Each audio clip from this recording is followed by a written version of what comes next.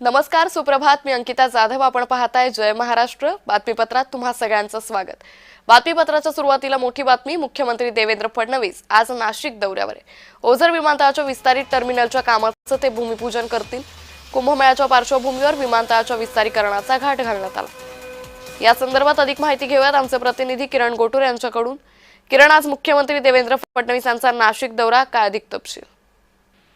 अंकिता, महत्वाचा हा दौरा मानला जातोय कारण आगामी कुंभमेळ्याच्या अनुषंगाने नाशिक ओझर विमानतळाचं विस्तारीकरणाचं जे काम आहे किंवा या प्रकल्पाला मध्यंतरी मंजुरी मिळाली होती आणि आज मुख्यमंत्र्यांच्या उपस्थितीमध्ये भूमिपूजन सोहळ्याचा कार्यक्रम जो आहे तो नाशिकच्या ओझर विमानतळावरती थेट होणार आहे.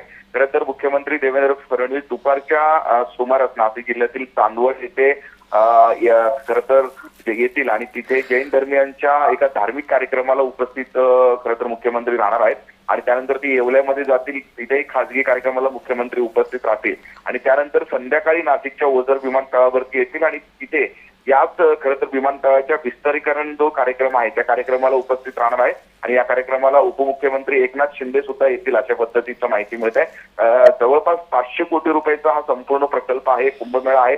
कुंभमेळ्याच्या अनुषंगाने नवीन जे टर्मिनल आहे विमानतळाचं ते आणि समांतर धावपट्टी, आता जी धावपट्टी आहे त्याच धावपट्टीला लागून आणखीन एक समांतर धावपट्टी करण्याचा जो मानस आहे तो सरकारचा आहे आणि त्याच विस्तारीकरणाच्या कार्यक्रमासाठी आज मुख्यमंत्री नाशिकमध्ये येत आहेत. त्यामुळे आपल्या भाषणात नेमकं मुख्यमंत्री काय आणखीन आगामी कुंभमेळ्याच्या अनुषंगाने घोषणा करतात का हे बघणं महत्वाचं असणार आहे. निश्चित. धन्यवाद किरण, आपण दिलेल्या सविस्तर माहिती